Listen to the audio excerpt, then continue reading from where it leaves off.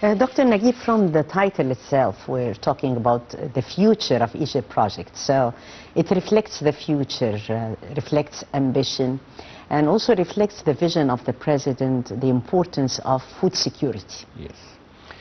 Well, the title itself speaks for the future, as you just mentioned. We're talking about a country that dates back to thousands and thousands of years in history, that used to be the bread basket, for example, for the Roman Empire.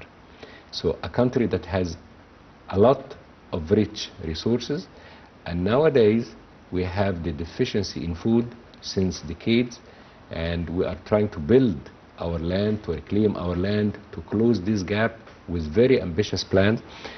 For the viewers who may not be familiar with this, we are talking about 10 million fidans in Egypt currently available, and we want this to go up to almost 14,000.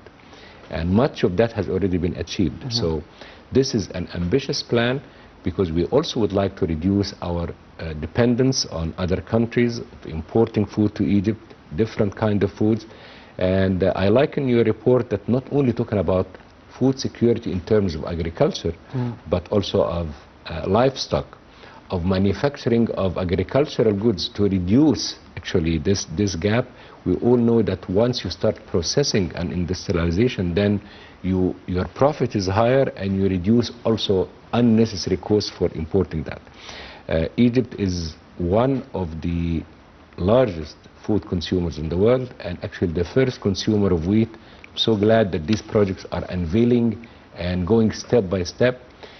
One last thing about this point is that you and I and the viewers remember, it used to be 1 million fidan, now 2 million, now 3. So our plans are also expanding to fulfill this kind of need and this kind of requirement.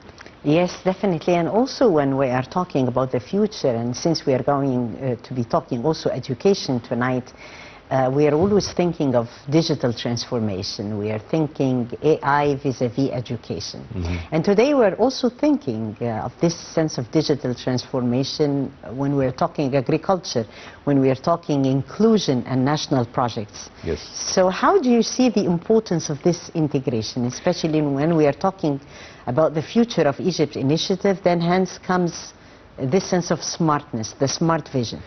Exactly. It's a very good point you're raising, because now the report and myself, we talked about the area, the land.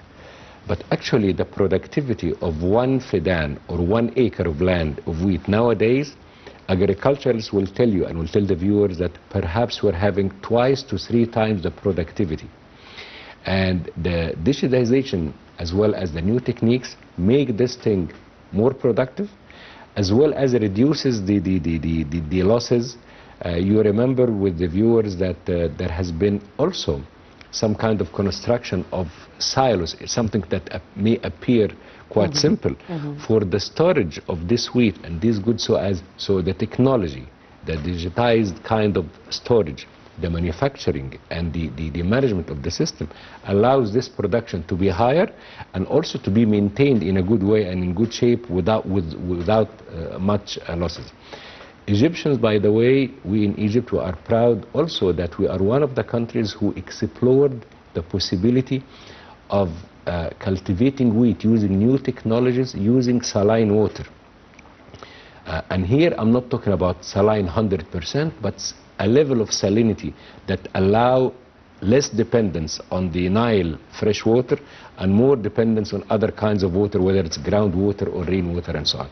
So these are all ambitious plans that are underway, and I'm glad to see them unveiled as we see today. Yes, it has been also great to see the important role played by universities in projects that like the Future of Egypt that we've seen today, because it showed the sense of collaboration between universities and research centers. And this is a very important dimension and a role of the importance of universities in research.